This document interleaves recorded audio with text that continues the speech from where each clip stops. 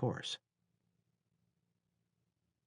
Doris Day's words, dripping with ambivalence about her co-star in Warner Brothers' 1954 musical melodrama Young at Heart, remind us that human beings are complicated creatures, and that no human was more complicated than Frank Sinatra.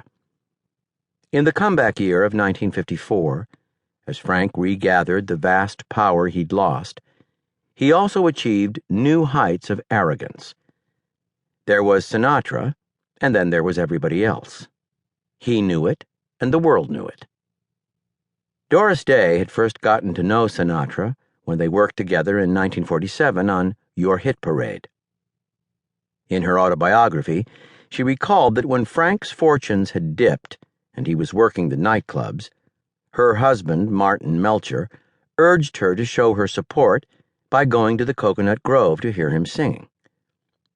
The Coconut Grove was a cavernous place, Day recalled, and when it was only a third filled, as it was that evening, it had a melancholy air. Frank's voice had changed. He wasn't singing the way he had sung before, or the way he sings now. He seemed uncertain. Frank came over to our table and sat with Marty and me for a while and had a drink. He knew he wasn't singing the way he wanted to. Of course, we didn't talk about that, but he seemed a little embarrassed. About the small turnout, too.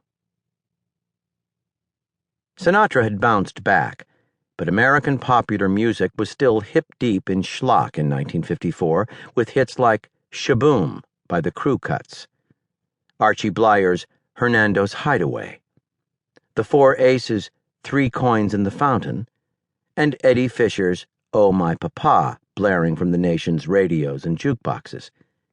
And Mitch Miller was still going strong at Columbia, still forcing great singers into recording mediocre material that, in the coercively conservative climate of the times, turned into popular hits. The bouncy, negligible R&B number Make Love to Me, foisted by Miller on the sublime balladeer Joe Stafford, hit #1 that year, as did This Old House, the hoedown-style monstrosity that he inflicted on Rosemary Clooney. No one was telling Frank what to record at Capitol.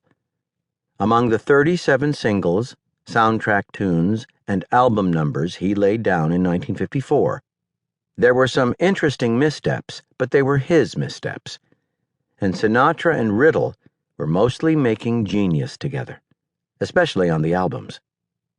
Continuing the prescient model he had initiated at Columbia with 1946's Voice of Frank Sinatra, Frank organized each of his Capitol compilations around a specific mood or mode, downbeat or upbeat, ballads or swingers.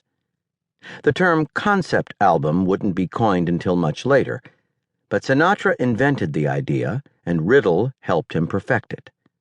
More than ever, he was far more than just a singer. He was an artist, shaping his medium.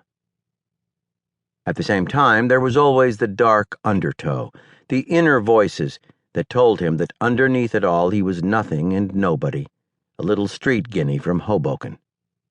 The furies that would frequently blind him when his vulnerabilities were touched, the terrible impatience, with the incompetence and stupidity that were so rife in the world, with things he needed to happen instantaneously and so rarely did. The realization that he was like nobody else and therefore destined to be alone. His terrors, of aloneness itself, of sleep, the cousin to death, and always, always, the vast and ravening appetites. When all these things are taken together, is it any wonder that he often showed up on the Burbank soundstage for Young at Heart 2 or 3 or 4 hours later than anyone else? The director was an amiable hack named Gordon Douglas, whose chief claim to fame was shooting the Our Gang comedies for Hal Roach in the 1930s. The production was overseen by Martin Melcher, a man who, despite his kindness toward Sinatra just a couple of years earlier, or perhaps because of it, almost instantly incurred Frank's wrath, apparently by trying to persuade him to sing inferior songs in the movie, songs to which Melcher controlled the publishing rights.